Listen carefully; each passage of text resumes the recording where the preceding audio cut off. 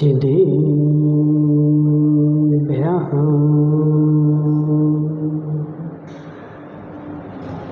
नमः श्रीवर्धमानाय निर्धूतकलिलात्मने सालोकानां त्रिलोकानां यद्विद्यादर्पणायते नमो अरिहन्ताणं नमो सिद्धाणं नमो आयर्याणं नमो अध्यायाणं नमो लोये सब्बिसाणं। पंच परमेष्टि भगवान की, अनंत अनंत सिद्ध परमेष्टि भगवान की, एक हजारांत वादिदेव अनंतनाथ भगवान के, आचार्य भगवान समंतभद्र स्वामी के, आचार्य भगवान विद्यासागर जी महाराज के, आचार्य भगवान विशुद्ध सागर जी महाराज के,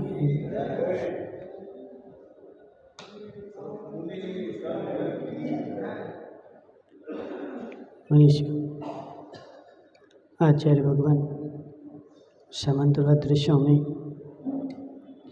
रत्नकंड शापकाचार में ब्रह्मचर्यानुव्रत के अतिचार बता रहे हैं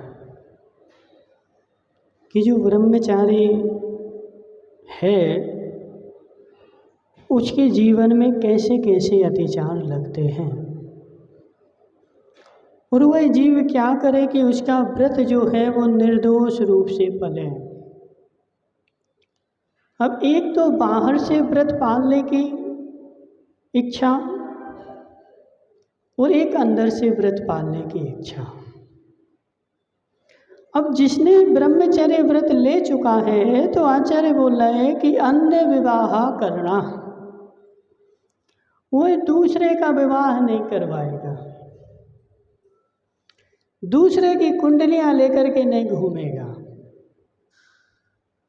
यदि घूम रहा है तो उसके व्रत में दोष लगता है। अपने बेटा बेटी के कर सकता है लेकिन मोहल्ला वालों के नहीं कर सकता। लेकिन कई बार क्या होता है ना, यदि रुचि है प्रदीप जी की काय में दूसरों की शादी करवाने में, तो बेचारे के जेब में 2-4 कुंडली तो मिल ही जाएंगे। है जीव, जिस चीज का तुमने त्याग कर दिया उसका दूसरों को क्यों करवाना। अब उसकी शादी हो जाए चाहे नहीं हो जाए उससे हमारा कोई प्रयोजन ही नहीं। और यदि उसकी शादी तुम करवा रहे तो वह आदमी शादी करके करेगा क्या, बताओ कमलेश भाई। कोई आदमी शादी कर ली तो शादी करके करेगा क्या, पाप ही तो करेगा, जीवों की हिंसा ही तो करेगा और हिंसा में ही प्रवृत्ति लगाएगा। इसलिए जिसका ब्रह्मचर्यानुव्रत है उसकी उस ओर रुचि ही नहीं जाती, दृष्टि ही नहीं जाती। उसकी पहले अंदर से दृष्टि बदलती है, बाद में बाहर से ब्रह्मचर्य व्रत होता है। अंदर से दृष्टि ना बदले और बाहर से दूर हटाने की कोशिश करे तो वह तो उसके अंदर में बैठी है। प्रदीप भाई शादी को कितने साल हो गए? 25 साल हो गए ना, 32 साल हो गए। सत्य बताना, जब तुम्हारी देवी मायके गई थी पहली बार तो उसके पास वो फोन था बड़ा वाला? नहीं था। प्रदीप भाई देवी मायके चली गई और प्रदीप जो है अमावस्या की काली रात्रि में और अपने बेड पर सोए सोए उसको किसका चेहरा दिख रहा है? बोलो।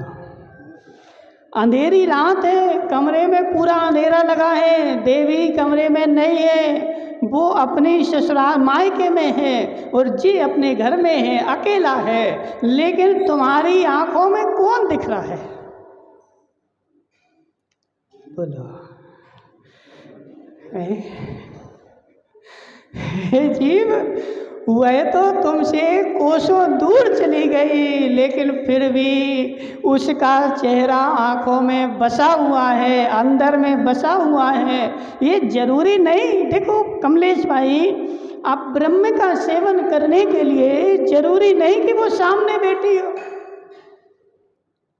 नहीं है सामने, वो एक कोसों दूर है, लेकिन तुमने उसकी छवि अपने अंदर में बसा के रखी है, उसकी फोटो तुमने अपने अंदर में छपा के रखी है, और जो अंदर में छपा के रखी है उसी का नाम अब ब्रह्म है।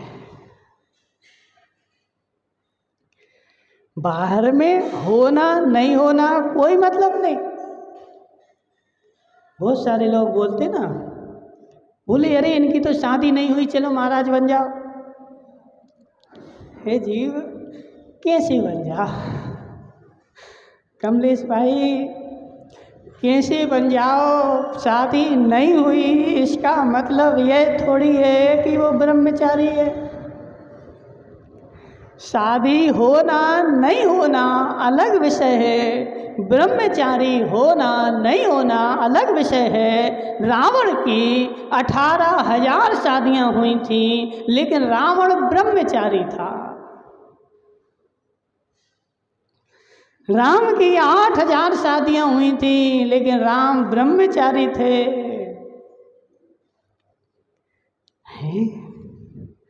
महेंद्र जी, महेंद्र नाम तुम्हारा, महेंद्र प्रताप, समझो बात को। तुम्हारी कितनी हुई? एक हुई। तुम ब्रह्मचारी हो? नहीं। हे जीव, मेरी एक हुई और मैं ब्रह्मचारी नहीं हूँ।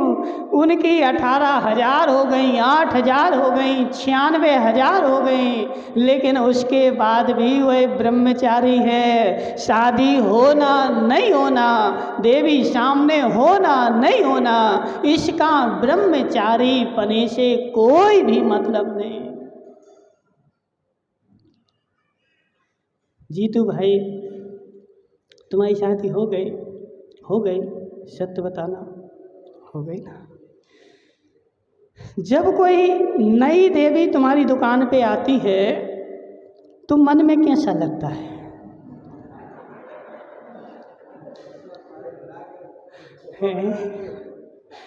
कोई नई देवी को तुम बाजार में देखता है तब कैसा लगता है?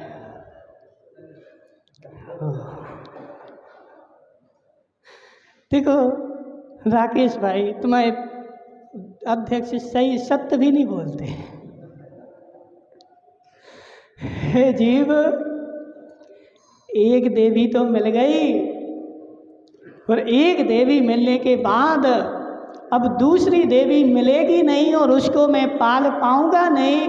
लेकिन जब भी मैं कहीं किसी स्त्री को देखता हूँ, मेरा मन उसके ऊपर आकर्षित हो जाता है और मन सोचता है यह मुझे मिल जाए। प्रदीप भाई, अब मिले चाहे नहीं मिले, तुम्हें आप ब्रह्म का दोष लग गया। वो मिले चाहे नहीं मिले उससे मतलब ही नहीं, तुमने अंदर में भाव कर लिए। अब तुमने उसको पकड़ा क्यों नहीं? मन में तो बाजार में जैसे ही तुमने देखा था और मन में भाव आ गए थे, इसको पकड़ करके ले जाऊं, लेकिन पकड़ा क्यों नहीं? समाज के डर से, पुलिस के डर से, सत्य है कि नहीं? समाज का डर था, समाज क्या कहेगी, और फिर दूसरी बात रिपोर्ट होगी तो पुलिस मुझे पकड़ ले जाएगी, मैं थाने जेल जाना पड़ेगा, ऐसा अंदर में डर बैठा था। इसलिए मैंने द्रव्य की क्रिया तो नहीं करी, लेकिन भाव से जितनी हो सकती थी वह भाव की क्रिया मैंने सारी कर ली, और द्रव्य से मात्र मैं डर रहा था। अब चलो उस रावण के पास। रावण ब्रह्मचारी था, कितनी देवियां थीं? 18,000 स्त्रियां, रावण ब्रह्मचारी था। 18,000 स्त्रियों को भोगते हुए उसकी नज़र सीता के ऊपर पहुंची और सीता को पकड़ करके ले गया और ले जा करके अपनी वाटिका में रख दिया। लेकिन उसके बाद भी ब्रह्मचारी है, क्योंकि उसका नियम था। क्या उसका नियम था? सुरेश भाई, जो स्त्री मुझे नहीं चाहेगी उसके साथ में जबरदस्ती नहीं करूँगा। उस सीता को वहाँ रखे रहा, लेकिन कभी हाथ नहीं लगाया। अब सत्य बताओ अध्यक्ष जी, रावण की जगह तुम होते तो क्या करते हैं?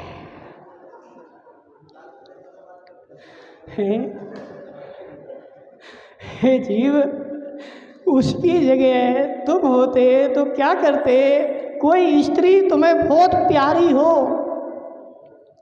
देखो अपने आप में लगाओ ना, सोचो। अपन लोग क्या करते ना कमलेश भाई, आगम पढ़ते हैं और उन आगम के उदाहरणों को ही पढ़ते रहते हैं। वो देवदत्त वहाँ गया, देवदत्त गया, कौन था वो देवदत्त? तुम ही तो। वो जो तुमने कहानी पढ़ी है, उस कहानी के तुम अपने आप को रख के सोचो ना। वहाँ पे कहानी काय के लिए होती है? दृष्टांत दाष्टांत को समझाने के लिए है। और हम क्या करते हैं? कहानी पढ़ करके और तालियां बजा करके और फ्री हो गए। अरे बहुत अच्छी कहानी है, बहुत अच्छी कहानी है।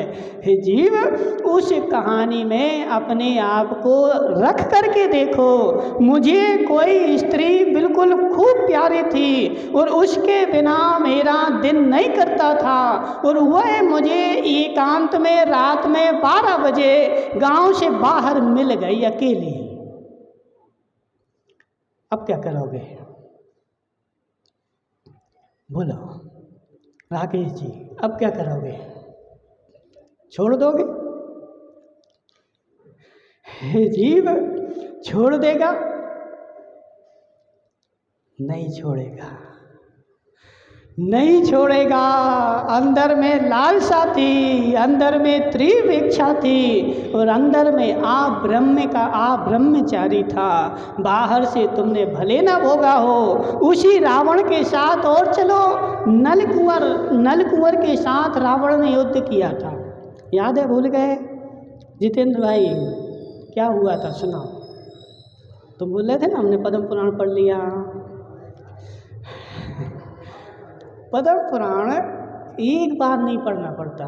वो रतन चंद जी पंडित जी थे ना इंदौर में, सुना तुम लोगों? नहीं सुना? अरे यार, तुम क्या सुनते हो? फेमस पंडित जी थे, पूरे देश में लोग उसको जानते थे। रतन चंद जी शास्त्री, इंद्र भवन वाले। उन्होंने पद्म पुराण को 151 बार पढ़ा था। और ऐसा नहीं कि उनको कुछ आता नहीं हो। करणान योग के प्रकांड विद्वान, आश्रम की महिलाओं को, आश्रम में जो दीदियां रहती हैं, उन सबको वो अकेले ही पढ़ाते थे सारे विषय। प्रकांड विद्वान और बाल ब्रह्मचारी। उसके बाद भी उन्होंने कितनी बार पद्म पुराण को 151 बार पढ़ा पूरे जीवन में। और हम क्या करते बताओ? यदि एक बार पढ़ लिया, हाँ हमने तो पढ़ लिया, हमने पढ़ लिया, हो गया। हे जीव, महत तुमने पढ़ी तो है, अभी तुम्हें याद थोड़ी हुआ है, बुद्धि में थोड़ी आया है। तो एक ग्रंथ पकड़ करके कितनी बार पढ़ना है? जब तक वह पूरा याद ना हो जाए तब तक पढ़ना है। एक बार पढ़ो, 2 बार पढ़ो, 10 बार पढ़ो, 20 बार पढ़ो, जब तक वह पूरा तुम्हें रट ना जाए तब तक उसको पढ़ते रहो। और हम क्या करते हैं, एक बुक कल बताया ना, खाना पूर्ति करते, फॉर्मेलिटी करते। पढ़ना है इसलिए पढ़ लिया और पढ़ करके रख दिया। हे जीव, अब ये पढ़ना नहीं कहलाता। पढ़ने का मतलब क्या है? वह सारा हमारी बुद्धि में छप जाए, उसका नाम है पढ़ना। और पढ़ करके रख दिया, आता जाता कुछ नहीं है। एक अम्मा हमसे बोल रही थी, तुम्हारी कॉलोनी की है, बोले महाराज हमें तो पूरा 24 थाना आता है। ये बहुत अच्छी है, पूरा याद है, पूरा हमने उनसे बोला पूरा याद, हाँ पूरा याद है 24 ठाणा। फिर वो एक दिन क्लास में आई, इसको कुछ नहीं जानना, बस इसको ये नाम थे, नाम याद थे क्या, गति जाति इंद्रिय काय योग वेद कषाय दर्शन संयम ले सब, बस 14 नाम याद हो गए। तो उसने बोला पूरा 24 ठाणा आ गया। जी इसका नाम 24 ठाणा नहीं है, 24 स्थानों को तोड़ के मड़ोड़ के जोड़ के घटा के गुणा करके भाग करके सब प्रकार से सारा गणित हमें आ जाए, उसका नाम है 24 ठाणा। 24 नामों का नाम 24 ठाणा नहीं है। तो उसको आड़ा करके टेढ़ा करके उल्टा करके सीधा करके पलट के उलट के सब प्रकार से तुमसे कहीं से भी पूछा जाए और फिर बता दो। तो 24 ठाणा अम्मा कब तक पढ़ना बताओ, इंदौर वाली अम्मा कब तक पढ़ना बताओ, कब तक पढ़ना। अब हमारी स्थिति ये सही है, जैसे हम क्लास में जाके बैठ गए तो फिर हम जीवन भर क्या कहेंगे, हमने तो पढ़ लिया, हमने तो पढ़ लिया। तुमने पढ़ भले लिया, लेकिन तुम्हें आता क्या है जी बता। वहाँ क्लास में बैठना और पेज पलटना इसका नाम पढ़ना नहीं है, वो सारा विषय हमारा कंठस्थ हो जाए इसका नाम है पढ़ना। इसलिए अध्यक्ष जी पद्म पुराण एक बार पढ़ लिया और पढ़ो ना, कितनी बार पढ़ोगे बताओ, 2 बार पढ़ो, 4 बार पढ़ो, 11 बार पढ़ो, पढ़ो ना, बार बार पढ़ो, क्या जाता है अपना। और हमारी गारंटी है जितनी बार पढ़ोगे उतनी बार नया विषय मिलेगा। उसी ग्रंथ में से आज हमने पढ़ चुके थे, वही बात हमारी बुद्धि में नहीं बैठी थी, जब अगली बार पढ़ोगे तो नया मिलेगा। वो कहाँ गई तुम्हारी 100 साल की अम्मा, नहीं आई, वो बैठी सब्बू भाई। सब्बू भाई तुमने कभी घी निकाला, घी काय का निकाला, मलाई का नहीं बोलना है, दही में से घी निकाला वहाँ के, पहले तो निकाला होगा ना कभी, निकाला हाँ। तो उस मटकी में मथानी डाली थी तो कितनी बार भाया था, एक बार ऐसे ऐसे भाया निकाल के अलग कर दिया, ऐसे किया था ना। हे जीव, एक बार भाया थोड़ा सा निकला था, फिर दूसरी बार फिर भाया फिर निकला, तीसरी बार फिर भाया फिर निकला। ऐसे अम्मा 10 बार मथानी लगाती है, और जितनी बार मथानी लगाती है उतनी बार उसमें से मक्खन निकलता आता है। तो इस जिनवाणी में मथानी कितनी बार लगानी है, बार बार जितनी बार लगाओगे उतनी बार उसमें से मक्खन निकलता आएगा, निकलता आएगा, निकलता आएगा। अब हम क्या करते, एक बार लगाई चलो रखो, ऐसा नहीं होता, समझ रहे। ये भी देखो एक कला है, स्वाध्याय भी कमलेश भाई एक कला है, सबके बस की नहीं। ये घाटोल में हमने प्रवचन किया इसी के ऊपर, ठीक है। तो एक आदमी ने क्या किया, बोले आज से हम मलाई का घी नहीं खाएंगे, हम तो काय का खाएंगे, दही का खाएंगे। तो वो आदमी 2 किलो दूध लाया प्योर, उसने दही जमा दिया, दही जमा करके उसने मथानी लगाई, मथानी लगा करके घंटा भर भाया, लेकिन कुछ नहीं निकला। फिर बोला महाराज हम तो 2 किलो घी वो लाए थे दूध, लेकिन उसको खूब भाया, कुछ निकला ही नहीं। हे जी, उससे बोला पानी डाला था, नहीं पानी नहीं डाला, हमने तो प्योर भाया। तो उसके भी भाने की जो है ना कला है, सबके बस की नहीं है। उसमें 2 किलो में 5 किलो पानी डालना पड़ता है, उसके बाद उसको भाना पड़ता है। तो ऐसे जब जिनवाणी जब अपन पढ़ते हैं कमलेश भाई, याद क्यों नहीं रहती, क्योंकि सामने तो जिनवाणी रहती है और मन में कोई और रहता है। जीतू भाई पद्म पुराण पढ़ लिया है? नहीं, एक बार तो पढ़ लिया, क्यों नहीं याद है? नहीं नहीं, ऐसा नहीं है। दुकान में तुम्हारे किसने कितने चश्मा रखे, सब याद है। कौन कौन सी वैरायटी के रखे, नहीं तो जीवी तो रोज के क्या है? हे जीव, ऐसा नहीं है। जब तुम पद्म पुराण पढ़ रहे थे तब तुम्हारा मन कहीं और भटक रहा था और वचन कहीं यहाँ थे, इसलिए वह विषय तुम पढ़ चुके लेकिन तुम्हें याद नहीं हुआ है। यदि समस्त प्रकार से देखो, स्वाध्याय करने की एक कला बता रहे, 5 मिनट स्वाध्याय करना है, 5 मिनट के लिए सब कुछ त्याग कर दो। मोबाइल का भी त्याग बंद कर दो, मोबाइल नहीं छुएंगे, देवी का भी त्याग कर दो। 5 मिनट वो कितना चिल्लाती रहे नहीं सुनेंगे, सबका कमरा बंद करके बैठ जाओ और फिर बैठ करके नियम ले लो 5 मिनट यहाँ से उठना नहीं है। बस अब मस्तिष्क जो है शांत होगा। अब 5 मिनट में यदि कोई देवी दरवाजे तोड़ भी डाले तो नहीं खोलना। एक बार करोगे, दूसरी बार उसको पता चल जाएगा तो तुम वो खटखटाएगी, तुम नहीं खोलोगे तो वो समझ जाएगी कि हमारा देवता स्वाध्याय कर रहा है, समझ रहे? और उसमें निराकुलता पूर्वक बैठोगे, हमारी गारंटी है सारा विषय तुम्हारे मस्तिष्क में भर जाएगा, बैठ जाएगा। और ऐसे पढ़ते रहोगे छोड़ते रहोगे, पढ़ते रहोगे छोड़ते रहोगे तो कभी भी रटने वाला नहीं है। चलो कहाँ थे अपन? क्या चल रहा था? क्या चल रहा था? है मंगलेश दादा, क्या चल रहा था?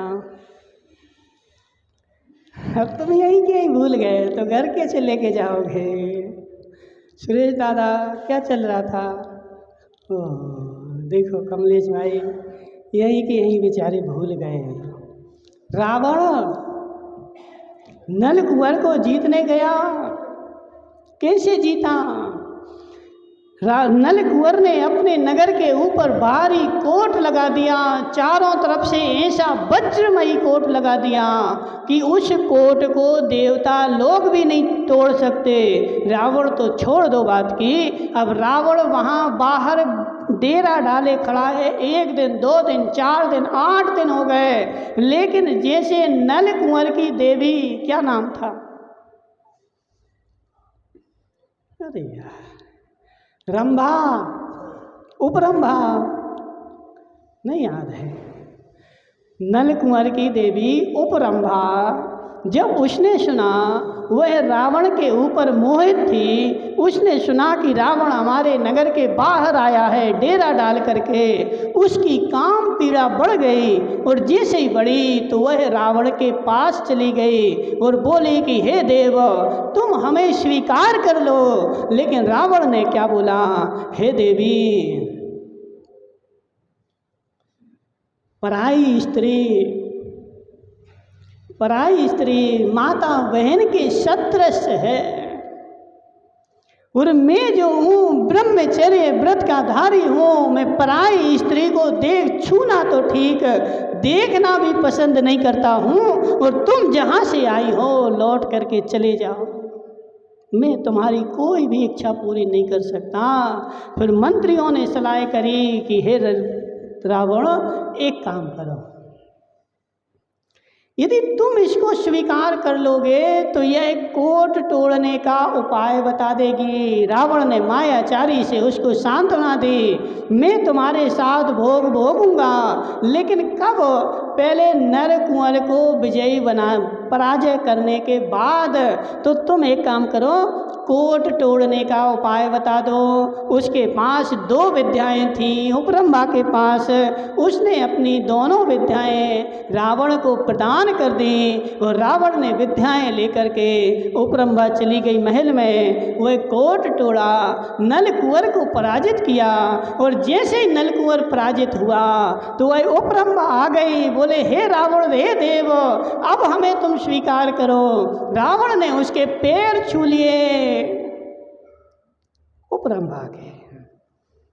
क्यों? हे देवी, तुम तो हमारी माता हो, तुम हमारी गुरु हो, तुमने हमें विद्याएं दी हैं और विद्या देने वाला कौन होता है? तो गुरु होता है। तुम हमारी गुरु हो। उनके पैर छू करके और अपो नल कुंवर को छोड़ दिया। बोले तुम नल कुंवर के साथ भोग भोगो, हमें जाने दो। रावण वहाँ से निकल गया, किंचित मात्र भी उसको स्वीकार नहीं किया।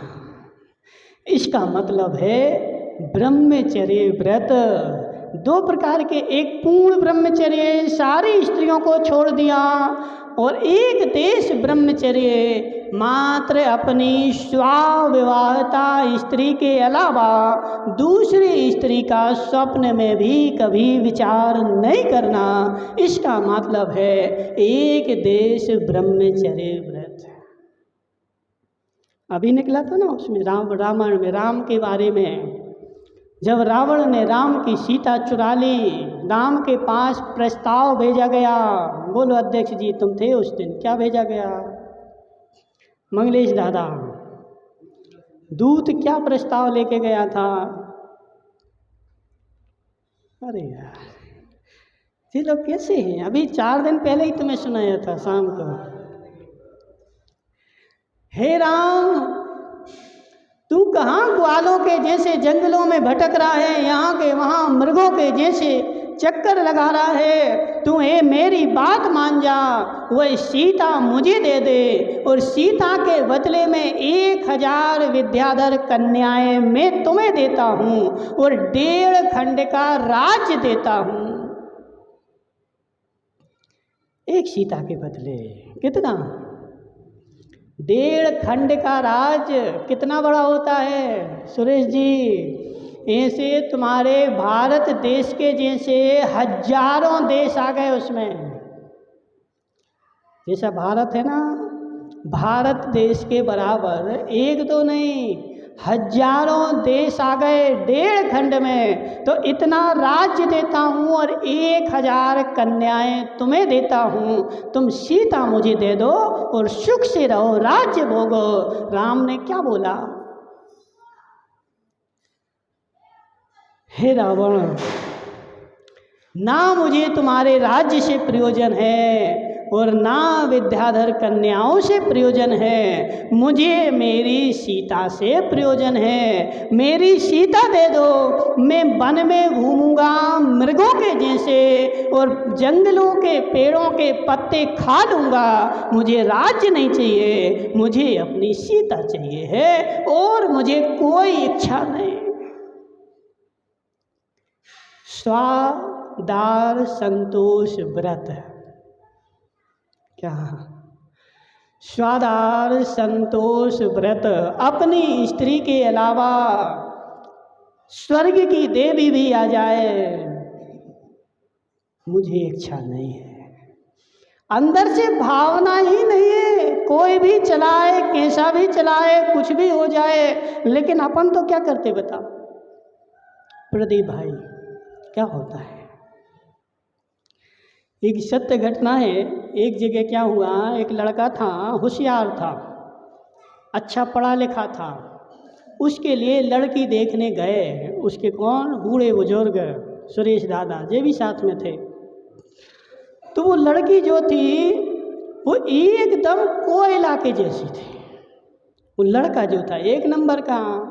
अब सुरेश दादा ने देखा, अरे ये तो रिश्ता नहीं हो सकता। कहाँ देखो तो जहाँ कमरे में बैठे तो अंधेरा लग जाए, ऐसी है, इसका रिश्ता हो ही नहीं सकता, चलो।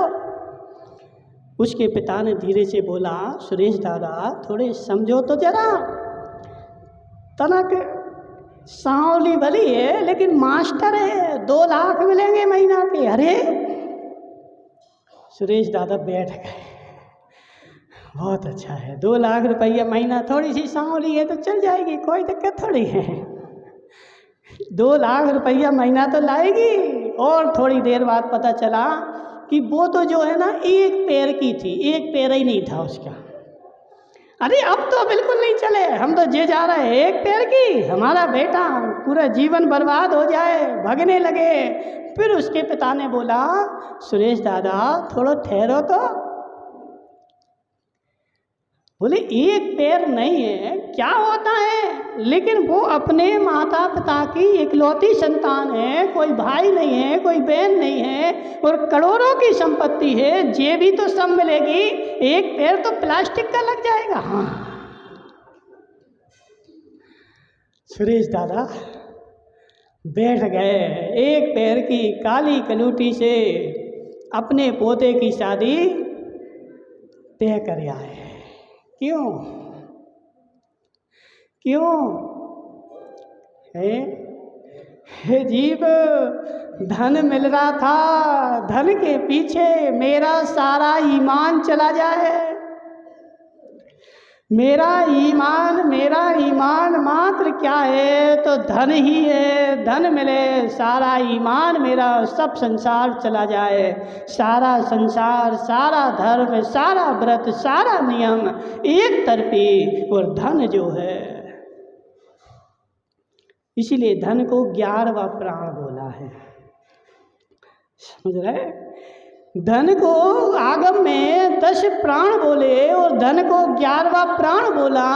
10 प्राण चले जाएं तो भी जीव जीवित बना रहे, लेकिन धन प्राण चला जाए तो जीवित नहीं रहे। इसलिए धन जो है 10 प्राण के ऊपर भी भारी है, लेकिन किसके लिए? तो मिथ्या दृष्टि के लिए, सम्यक दृष्टि के लिए। सम्यक दृष्टि तो 3 लोक की संपत्ति को भी ठुकरा देता है, लेकिन धर्म को ठुकराना प्रांत कभी भी स्वीकार नहीं करता है। इसलिए सुरेश दादा समझो बात को, मेरा व्रत ब्रह्मचर्य व्रत है, तो मेरा ब्रह्मचर्य व्रत होने के बाद संसार की एक भी स्त्री के प्रति बाहर से तो नहीं करता हूँ, लेकिन अंदर से भी भाव नहीं लाता हूँ। कोई भी हो, कैसी भी हो, कितनी धनवान हो, लेकिन मुझे उसके प्रति किंचित मात्र भी राग नहीं है। ऐसा जो अंदर से बाहर से परिणाम होता है, उस परिणाम का नाम है ब्रह्मचर्य व्रत।